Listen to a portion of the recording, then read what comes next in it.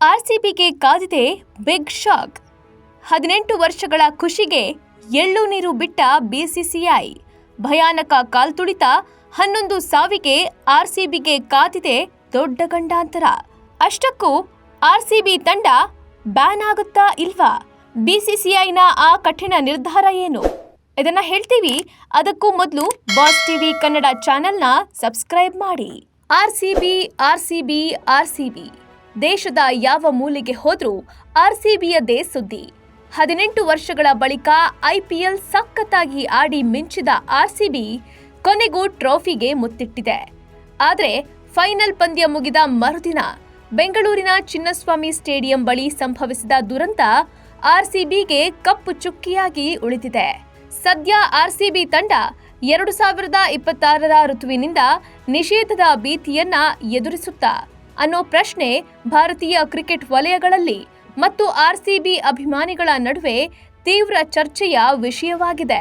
RCB ಗೆಲುವಿನ ಸಂಭ್ರಮಾಚರಣೆ ಕಾರ್ಯಕ್ರಮದಲ್ಲಿ ಸಂಭವಿಸಿದ ದುರಂತ ಹಿನ್ನೆಲೆಯಲ್ಲಿ ಬಿಸಿಸಿಐ ಕಠಿಣ ಕ್ರಮ ಕೈಗೊಳ್ಳುವ ಸಾಧ್ಯತೆ ಇದೆ ಅಂತ ಮಾತುಗಳು ಕೇಳಿಬರ್ತಿವೆ. ತಂಡದ ಮೇಲೆ ನಿಷೇಧ ಹೇರುವ ಚಿಂತನೆಯೂ ಇದೆ ಎಂದು ಹೇಳಲಾಗ್ತಿದ್ದು, ಅಭಿಮಾನಿಗಳಿಗೆ ಬರ ಸಿಡಿಲೆ ಬಡಿದಂತಾಗಿದೆ. ಹೌದು, ಆರ್ಸಿಬಿಯ ವಿಜಯೋತ್ಸವದಲ್ಲಿ ನಡೆದ ದುರಂತಕ್ಕೆ ಕಾರಣ ಯಾರು ಅನ್ನೋದ್ರ ಬಗ್ಗೆ ತನಿಖೆ ನಡೆಯುತ್ತಿದೆ. ತನಿಖೆಯಲ್ಲಿ ಆರ್ಸಿಬಿ ತಪ್ಪಿತಸ್ಥ ಅಂತಾದ್ರೆ ಬಿಸಿಸಿಐ ಯಾವ ನಿರ್ಧಾರ ತೆಗೆದುಕೊಳ್ಳಲಿದೆ ಎಂಬ ಪ್ರಶ್ನೆ ಇದೆ. ಐಪಿಎಲ್ನಲ್ಲಿರುವ ಎಲ್ಲಾ ಫ್ರಾಂಚೈಸಿಗಳು ವಾಣಿಜ್ಯ ಸಂಸ್ಥೆಗಳಾಗಿ ಕಾರ್ಯನಿರ್ವಹಿಸುತ್ತವೆ. ಆದರೆ ಅವುಗಳ ಭಾಗವಹಿಸುವಿಕೆಯನ್ನ ಬಿಸಿಸಿಐ ತನ್ನ ಒಪ್ಪಂದಗಳಿಂದ ನಿಯಂತ್ರಿಸುತ್ತೆ. ಆ ಒಪ್ಪಂದ ಸಾರ್ವಜನಿಕ ಸುರಕ್ಷತೆಗೆ ಸಂಬಂಧಿಸಿದ ಹಲವು ನಿಯಮಗಳನ್ನು ಒಳಗೊಂಡಿದೆ. ತನಿಖಾಧಿಕಾರಿಗಳು ಈ ಗಂಭೀರ ನಿರ್ಲಕ್ಷ್ಯಕ್ಕೆ ಆರ್ಸಿಬಿಯನ್ನ ಹೊಣೆ ಮಾಡಿದ್ರೆ ಮತ್ತು ಲೀಗ್ನ ವಿಶ್ವಾಸಾರ್ಹತೆಯನ್ನ ಕಾಪಾಡಿಕೊಳ್ಳಲು ಬಿಸಿಸಿಐ ಕಠಿಣ ಕ್ರಮ ಕೈಗೊಳ್ಳಬಹುದು ಎನ್ನಲಾಗಿದೆ.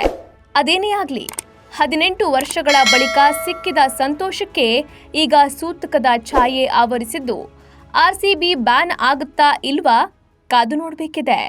ಲೇಟೆಸ್ಟ್ ಹಾಗೂ ಇಂಟ್ರೆಸ್ಟಿಂಗ್ ಸುದ್ದಿಗಳಿಗಾಗಿ ಬಾಸ್ ಟಿವಿ ಕನ್ನಡ ಚಾನೆಲ್ನ ಸಬ್ಸ್ಕ್ರೈಬ್ ಮಾಡಿ.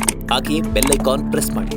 ಇದರ ಜೊತೆಗೆ ಫೇಸ್ಬುಕ್, ಇನ್ಸ್ಟಾಗ್ರಾಮ್, ಎಕ್ಸ್ನಲ್ಲೂ ಮಿಸ್ ಮಾಡದೆ ಫಾಲೋ ಮಾಡಿ.